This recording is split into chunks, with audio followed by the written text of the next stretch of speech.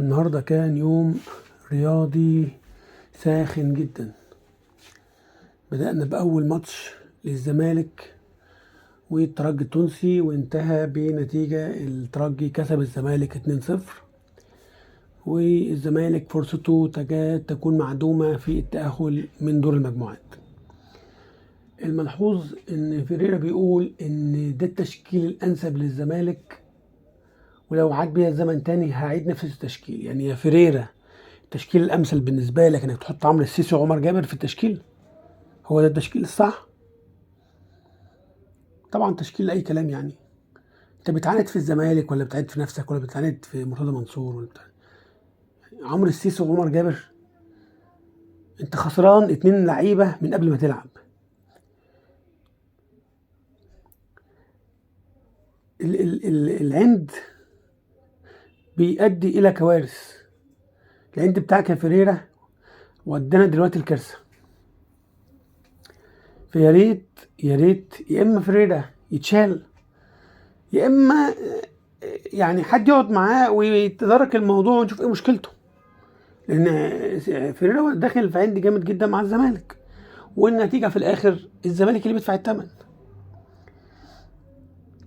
اللعيبه النهارده اغلبيتها بتلعب بروح فيها استسلام. معرفش بقى هل ده بسبب ان الخبر بتاع مرتضى منصور ان هو تم حبسه النهارده. هل الخبر ده اثر على اللعيبه؟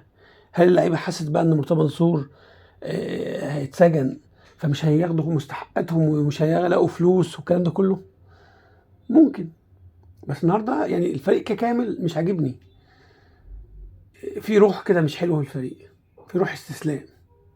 كل اللعيبه طبعا بدرجات، يعني في لعيبه بتلعب يعني نص نص، وفي مفيش خالص.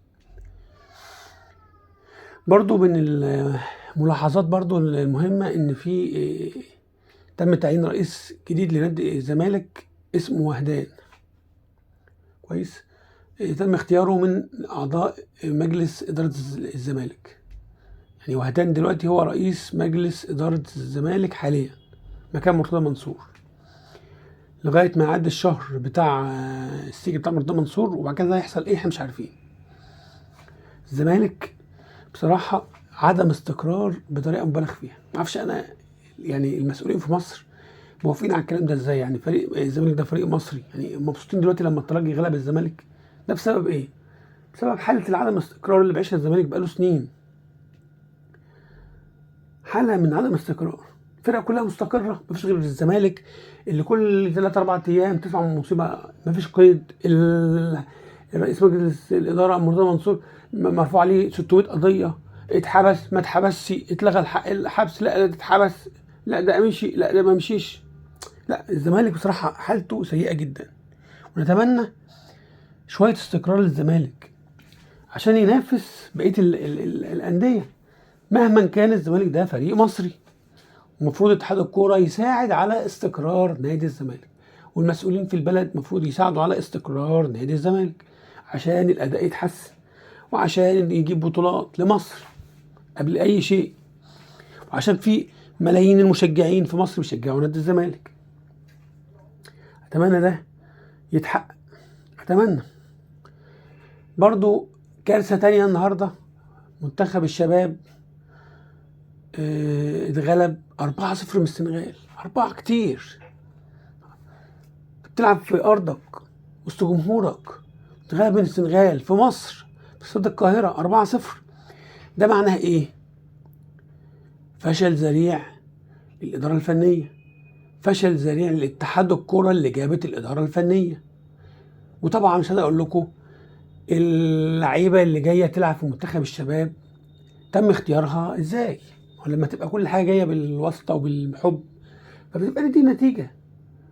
لكن لما بنختاروا حد كفء يختار لعيبه كفء تبقى النتيجه مختلفه تماما. فيعني ألم على وش اتحاد الكوره هزيمه المنتخب النهارده 4-0 منتخب الناشئين. يعني ألف علامه تعجب، ولازم كل حد مسؤول في البلد يفوق. شايفين نتيجه اعمالكم عامله ازاي؟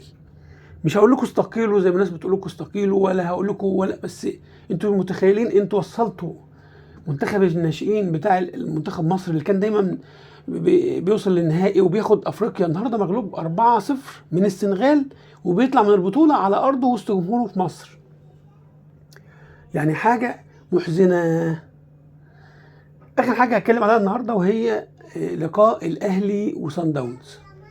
انا اتفرجت على امتع كوره بصراحه مع فريق صن داونز. صن داونز بيعمل كوره في منتهى الجمال والسلاسه والبساطه والسحر. ايه الجمال ده، ايه الجمال ده.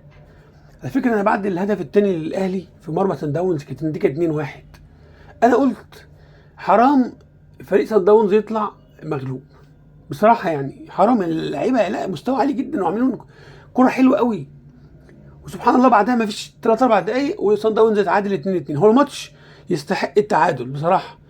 الاهلي قدم مباراه قويه وصن داونز قدم مباراه قويه، والماتش التعادل 2-2 ده هو ده الحق.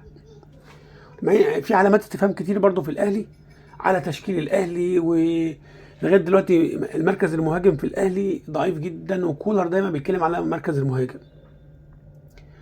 تمام. لكن انا شايف ان في روح في الاهلي كويسه، بس في كتير من اللعيبه ضعيفه في الاهلي. اتمنى يعني الفتره الجايه تداركها. لكن انا عايز اقول ان الماتش بتاع الاهلي وصن داونز ماتش كان جميل، وكان في حماس، وكان في كوره ما بين الجانبين الاهلي وصن داونز. بس بقول ان الكوره بتاعت صن داونز كانت اجمل وكانت اشيك وكانت افضل. صن داونز فريق جميل، فريق جميل بجد. نتمنى يبقى مستوى الفرقه بتاعتنا، يعني شوف انا بقول ايه، نتمنى الفرقه بتاعتنا تبقى زي صن داونز في الجمال والسحر والمتعه بتاعت كره القدم دي. حاجه اخيره بس عايز اقولها،